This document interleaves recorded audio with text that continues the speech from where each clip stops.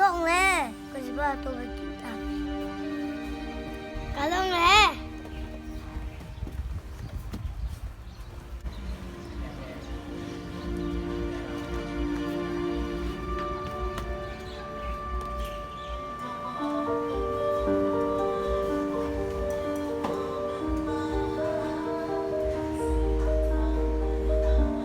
แล้วตัวก็ว่ากับอาหารใหญ่แล้วกะบ่ได้ง่ายเลยตัวนี้กินอย่างเสี่ยวโลกินนานอะไรสบายอันนั้นตัวจะสร้างรายเดียวกันบ่มีเงินไอ้ผมไม่รู้ว่าเนี่ย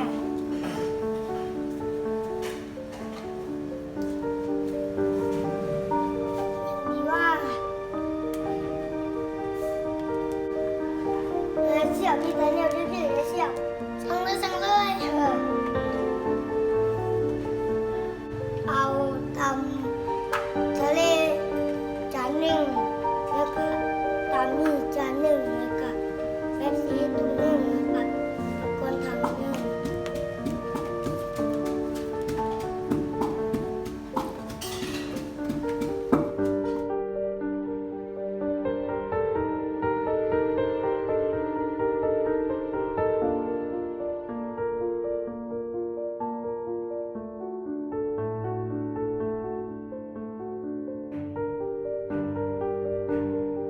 โอ้ได้ไวขนาดลูกป้ากันเมื่อกินแล้วงานอย่างก็กินนะเดี๋ยวเวลาเคี้ยวกิน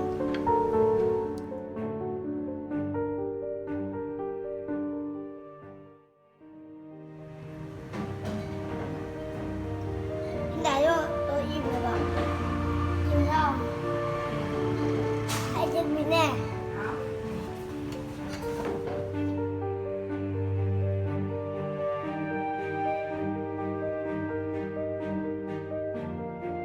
ได้เสี่ยว40แต่คนมาทราบวันเสี่ยวถูกไหม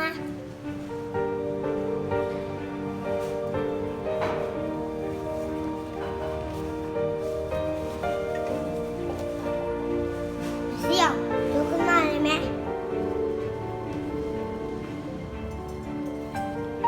อ้าวตัวนี้เท่าไหร่มาได้10,000อันนี้คือแจ้งกันเลยเรื่องกับใช้ตัวฉันโตได้เริ่มใช้กันได้อันนี้หายมันครับกลับกันเด้อตัวจะลืมใช้เงินกันเด้อมันจะใช้เงินกันเนาะ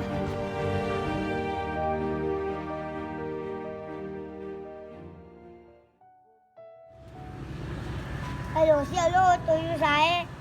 ฮัลโหลแนทอยู่งานใส่เงินกันบนตัวยืม4,000เนี่ยกันบ่มีเงินมื้ออื่นลำนี้แหละกันเฮ็ดเวียกอยู่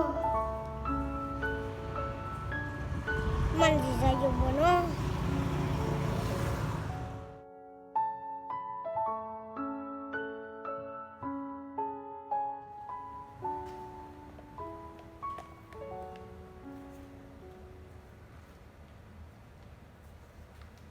มันก็บอกน้อง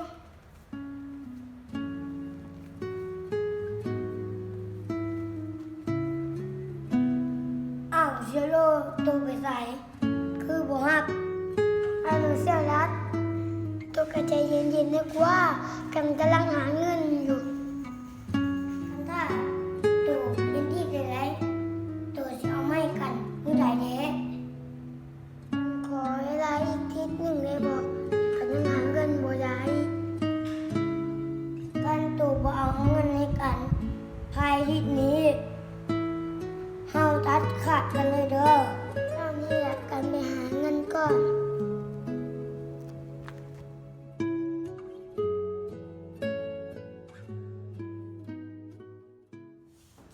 โอ้มันบ่รู้จักกันละ